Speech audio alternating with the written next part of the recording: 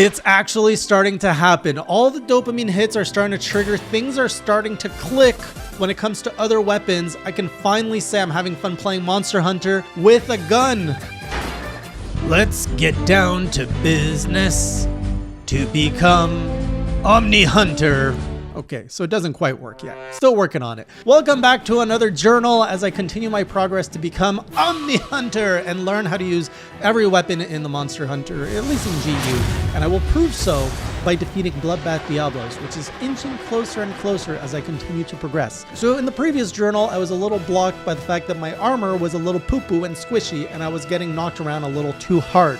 So the first thing I needed to fix was getting better armor, but the problem is my goal was behind more quests, which was Rathalos. So what I did is I grinded in a hub up until hub rank 6, which is where I'm at now, that I was able to access Rathalos, and from there I was able to grind out all the parts I needed to now make a high rank Rathalos armor set for my melee builds as well as a gunner build. The melee build came together a lot faster than I thought. It took me less than 2 hours because I apparently had most of the Rathalos parts already. The longest part was farming the frickin' Fusium ore, which I went on a quest. I needed 4, and it took me like a 30-minute of mining just to find this ore. So with that said, I didn't go full Rathalos set thanks to an awesome comment in my last journal. I forget your name, I'm sorry, but if you go back, you'll see them. And it's basically using the full Rathalos armor set, but you switch out the braces for the Senator brace and the boots for the Bnahabra boots. And that, when you slot in some decorations, will get you weakness exploit, razor sharp, and an attack plus large, because I had a good talisman that had attack plus 7. On my gunner set, I went full Rathalos, which gives me weakness exploit as well as attack up large, and that's what I'm using for gunner. So once I get into G rank, I'm going to start optimizing all these sets so they are more weapon centric. But for now, just to progress, I need kind of a vanilla set that I can carry that's good enough for all my weapons and helps me get further along. And then when we're in endgame, we can actually refine that. Oh, and all of this armor has been upgraded to the max. If I wanted to upgrade it further, I would need to fight a Hyper Rathalos, which I haven't unlocked that. I think I fought a Hyper Tetsukabra, and they basically look like the Monster Hunter 4U blighted monsters with like the dark breath. I did it in multiplayer, so I can't really comment on it too much solo, but yeah, they look like basically souped up monsters, which is crazy because we already got deviants, now we got hypers, and like the flavoring just keeps changing on it. So anyways, with this set, I do expect I can make it to the end of high rank, roll credits, and then I can focus on my G rank grind, which is coming up very close because I only have 2 quests left and I'm done village high rank. So I basically have a Barioth left, and then we're gonna finally face down Valstrax, and I will be rolling credits on a high rank village. Afterwards, I really got to get my Hunter rank unlocked because Bloodbath Diablos is behind Hunter rank 60 from my research. Right now I'm at Hunter rank 6, and it unlocks after I finish Hunter rank 6 and 7, which I have 12 quests, key quests to do there, so I can unlock my rank. And then once my rank's unlocked, I have to go and unlock a bunch of deviants, which are locked behind some G3 rank quests. So there's quite a bit to do before I unlock Bloodbath. But anyways, it's not a rush. I mean, it is a rush. But anyways, I'm enjoying the journey. I'm progressing on my weapons. I got my first A, which I am so excited to share with you. You'll notice on my insect glaive, I finally got an A, and that was because I defeated a Grim Claw Tigrex by myself. And that was from the Wheel of Pain. So the Wheel of Pain actually helped me grow as an Omni Hunter. So thank you, Wheel of Pain. Not such a bad thing. Last time I had switched out, just before I was grinding out the armor, I was on Longsword. And I went Longsword Valor against Uragan, and it was a terrible fight. Longsword has been kind of a love or hate relationship with me. Like, I play it all the time in Monster Hunter now, and in GU, I get some fights where I'm like, okay, I like this weapon. It's clicking. And then there's some I'm like, this just sucks. There's so much like animation lag. And so this time I was fed up with it. I was like, I am going to sit down and finally watch a tutorial video to learn what the heck I'm doing with Longsword, because it's such a mechanic. Like, I just don't know how to build Spirit Gauge.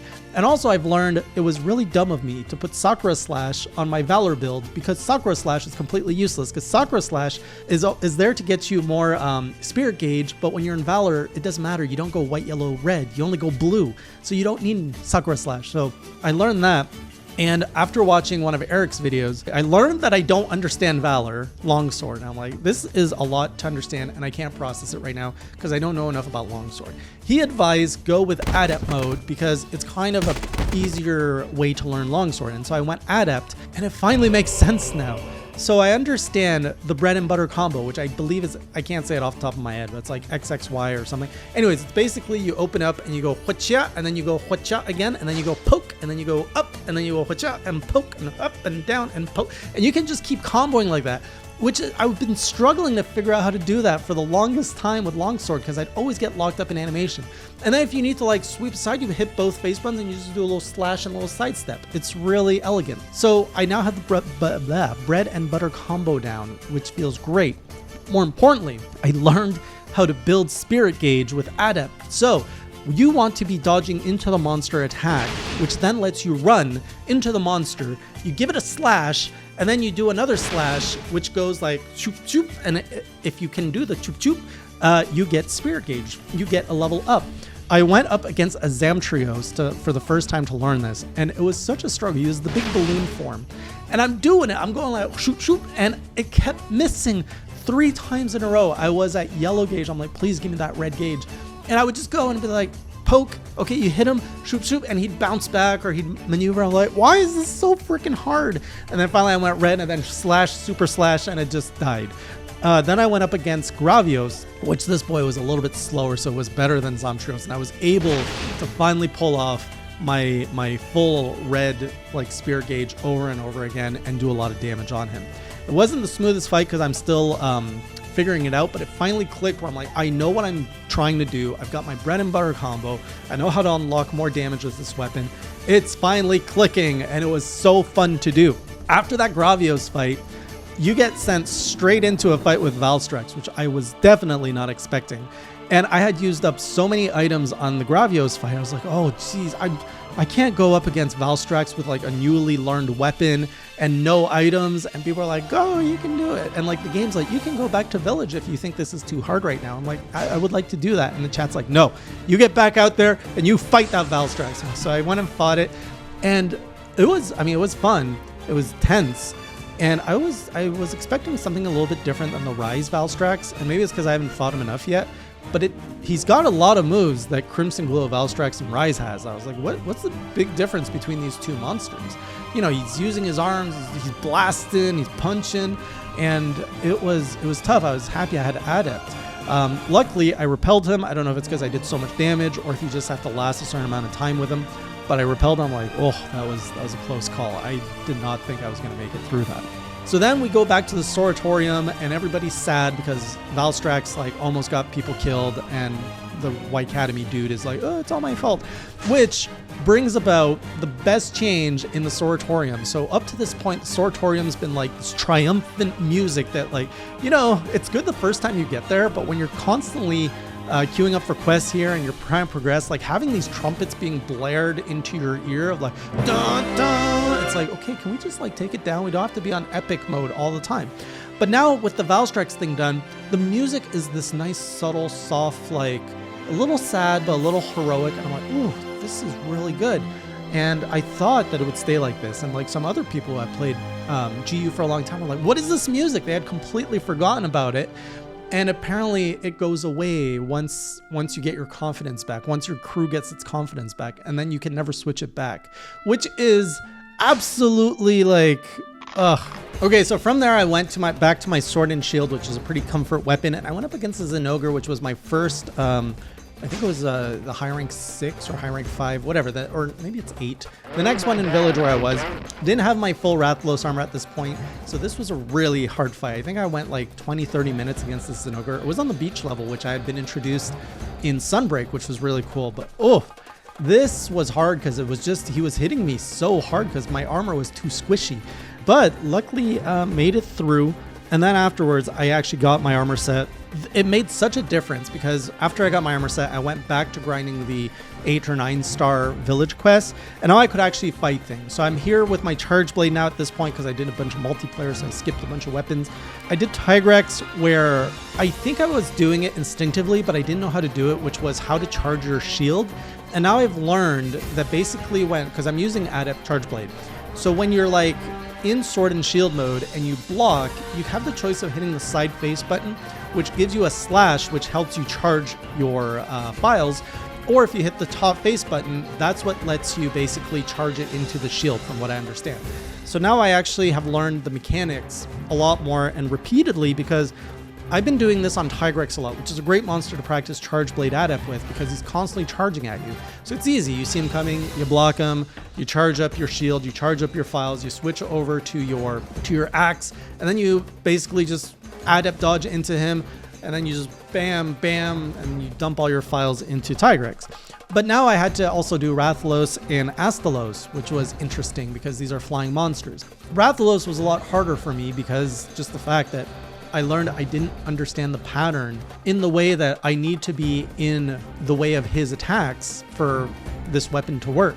So, you know, when I'm using like the switch axe and stuff, it's all about dodge and hit him. And actually that's most of my strategy most of the time, is dodge the attack, hit the attack. So now that I'm using Charge Blade, I have to actually figure out where the attack's coming from, how it's going to attack, what the timing is, then it's parry the attack, and then punish the monster. It's a whole different approach to fighting this monster, but it makes me appreciate and understand the moveset so much more. Same with Astalos, where usually I'm just dodging him and hitting him from the side or hitting him from the back. Now with the Charge Blade, I gotta be looking at this boy in the face, and it's good because he is aggressive, but like he's constantly like boom, boom, boom, and I don't have any defense skills on my Charge Blade yet. So I guess I can't like properly block all of his moves, so I get pushed back and stuff. But people are saying like, oh, once you slot in some more defensive skills, you're going to be able to like take that punishment and then deal it back to him, which is really exciting stuff. So like this is, I'm so excited to share like how much the game is opening up to me, and I'm just seeing, it's like before I could only see like the color red in the rainbow, and now like I'm starting to see that there's other colors in the spectrum, and it's really cool.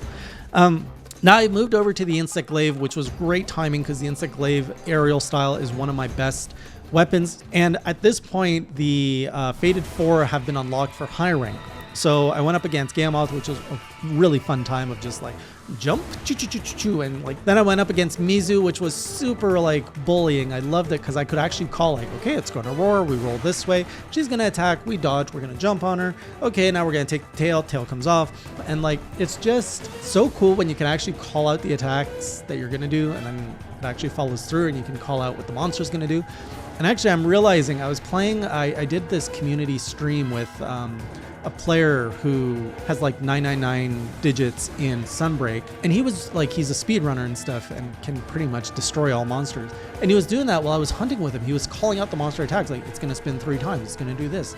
I'm like, this guy has fought these monsters so many times, he can call it before even seeing the move, and it's such a level of mastery that I'm just like, wow, I got to get to that point. Like, that is true Omni Hunter. And it's funny because that guy also plays all the weapons. He was featured on the Dark Side channel. I really am embarrassed that I can't recall his name right now. It starts with an H, but I guess I'll drop it in the comment afterwards as I don't remember what it is. So Insect Glaive, Gammoth is done, Mizu is done. I'm like, all right, let's get Glavenus done before I have to hop it, because after Insect Glaive is when I go into the guns. So I'm like, okay, I gotta like knock out as many hard fights as I can while I have the Insect Glaive. And as I was about to go after Glavenus with Insect Glaive, the chat spun the wheel and it landed on Deviant, which means I had to fight a Deviant at that moment. I was like, no, you're wasting my Insect Glaive move, and I have to fight something so hard. Off I went. This was a really tough fight. I really love the design of Grimclaw. Like, the little blue highlights over him look beautiful. It gives him so much more character. And I'm glad, I was expecting like a super sped up crazy Tigrex, but the Deviant leans more into his strength. They made him bigger and tankier, which is actually the way I prefer Tigrex. I'd rather he be a heavy tank instead of a speedy train.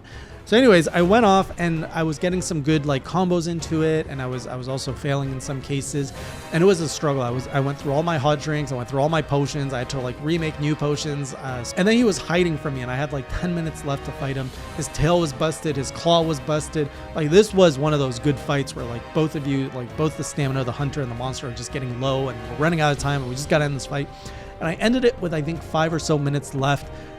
Finally, and that's what kind of prompted the A, where it was on the cusp. People were like, B plus, A minus. And I was like, well, we don't do pluses or minus here. You have to pick one. And so ultimately, chat decided to give me an A for my efforts with Insect Glaive on the 2 Fated 4, but Grimclaw is what pushed it over. Like, oh, he actually knows what he's doing with this weapon. So now we go into the guns, and I'm like, oh, the guns. Like, I've just been having so much fun with Longsword, with Insect Glaive, with all my other weapons. Like, things are starting to get easier.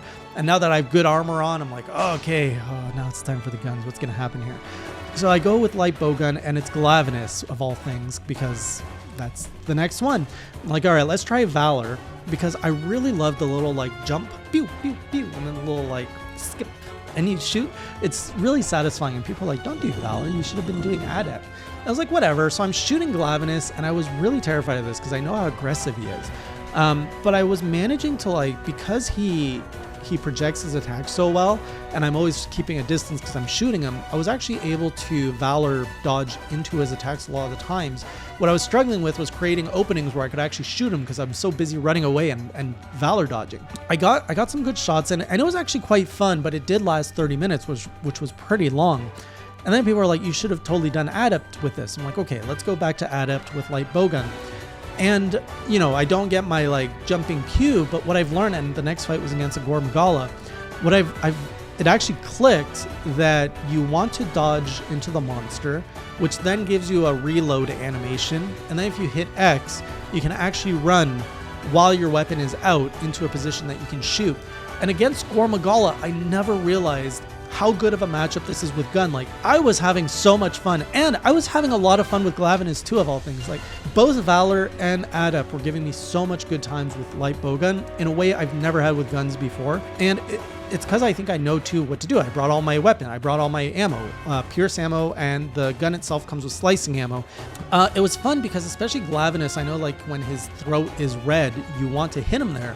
And when I have a melee weapon, it's hard because you got to deal with his tail. But when you have a gun, I just got to focus on my aim, and I can shoot him in the throat, and then, like, eventually he just falls because I'm shooting him, and, like, poof, dopamine hit.